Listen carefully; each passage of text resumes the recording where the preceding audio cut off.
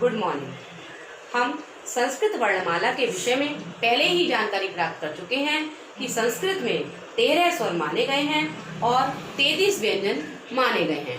इसके अतिरिक्त आज मैं आपको पाठ 3 अकारांत पुल्लिंग शब्दों के बारे में जानकारी दूंगी। सबसे पहले हमारा शब्द आता है अकारांत। ये शब्द क्या है? अकारांत। अकारांत का अर्थ होता है कि जिन शब्दों के अंत में अ आता है उसे हम अकारांत कहते हैं।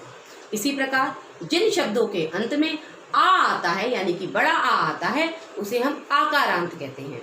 इसी प्रकार जिन शब्दों के अंत में ई की साउंड आती है उसे हम ईकारांत कहते हैं और जिन शब्दों के अंत में बड़ी ई की साउंड आती है उसे हम ईकारांत कहते हैं। इसी प्रकार उकारांत भी होता है कि जिन शब्दों के अंत में ऊ की आवाज़ आती है, ऊ का उच्चारण होता है, उसे हम उकारांत कहते हैं। डियर स्टूडेंट, हमारे सिलेबस में पाठ 3 अकारांत पुल्लिंग शब्दों का प्रयोग हुआ है। जिस प्रकार पुल्लिंग शब्द अर्थात संस्कृत में हम 3 लिंगों के बारे में जानकारी प्राप्त करेंगे, जैसे पुल्लिंग, स्त्रीलिंग, नपुंसकलिंग। पुल्लिंग का जो शब्द पुल्लिंग जाति का बोध कराते हैं वह पुल्लिंग शब्द कहलाते हैं, ऐसा कि हम जानते हैं। इसी प्रकार पुल्लिंग शब्द जैसे बाल, बाला मीन्स बालक या बच्चा। कृषक, कृषक मीन्स किसान। कृषक के अंतिम उच्चारण में अ की ध्वनि आ रही है, इसलिए कृषक शब्द हमारा अकारांत पुल्लिंग शब्द कहलाता है। इसी प्रकार और शब्द भी आगे दे रखे हैं, जैसे नरः, मूषकः, अश्वः, मृगः, बालकः, रामः, सैनिकः। कहने का तात्पर्य है जिन शब्दों के अंत में अ का उच्चारण होता है यानी कि छोटे अ का उच्चारण होता है, ऐसे शब्द अकारांत पुल्लिंग शब्द कहलाते हैं। डियर स्टूडेंट, संस्कृत में 3 वचन का प्रयोग होता है, जैसे एक वचन, द्विवचन, बहुवचन। अकारांत पुल्लिंग शब्दों के वचन इस प्रकार हैं, जैसे बालः, बालौ, बाला यानी कि एक बालक, 2 बालक और 2 से अधिक बच्चे या 2 से अधिक बालक। कृषका, कृषकौ, कृषका यानी कि एक किसान, 2 किसान और 2 से अधिक किसान।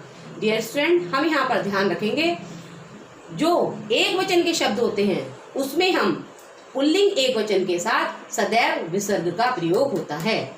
Always you will remember this thing कि पुल्लिंग शब्दों के साथ और जो कि वो एक वचन में होते हैं, इसलिए हमेशा हम विसर्गों का प्रयोग करते हैं यानी कि 2 बिंदी का प्रयोग हम करते हैं।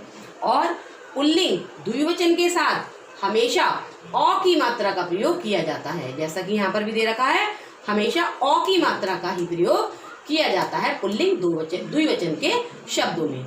इसी प्रकार पुल्लिंग बहुवचन के शब्दों में हमेशा अ की मात्रा के साथ विसर्गों का प्रयोग होता है, जैसा कि यहाँ पर गिवन है, जैसे बालः, कृषकः, नरः, मूषकः, अश्वः, मृगः, बालकः, रामः, सैनिकः। अर्थात पुल्लिंग बहुवचन के शब्दों में हमेशा अ की मात्रा और विसर्गों का प्रयोग होता है।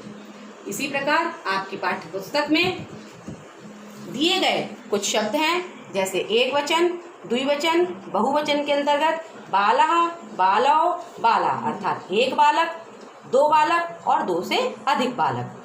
कृषकः, कृषकौ, कृषकः यानी कि एक किसान, 2 किसान और 2 से अधिक किसान।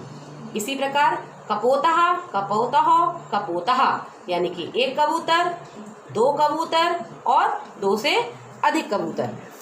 इसी प्रकार आगे शब्द दे रखे हैं, जैसे शुकः, शुकौ, शुका यानी कि एक तोता, 2 तोते के और 2 से अधिक तोते। अश्वः, अश्वौ, अश्वा यानी कि एक घोड़ा, अश्व मीन्स 2 घोड़े और अश्वा मीन्स 2 से अधिक घोड़े। चित्रकः, चित्रको, चित्रकः, चित्रका कहते हैं लेपर्ड के लिए। इसी प्रकार बानरः, बानरौ, बानरहा, बानरा मीन्स बंदर, एक बंदर, बानरौ मीन्स 2 बंदर और बानरा मीन्स मोर देन 2 मंकीज। मृगः, मृगौ, मृगः यानी कि एक हिरन, मृगौ मीन्स 2 हिरन और मृगा मीन्स मोर देन 2 डियर्स।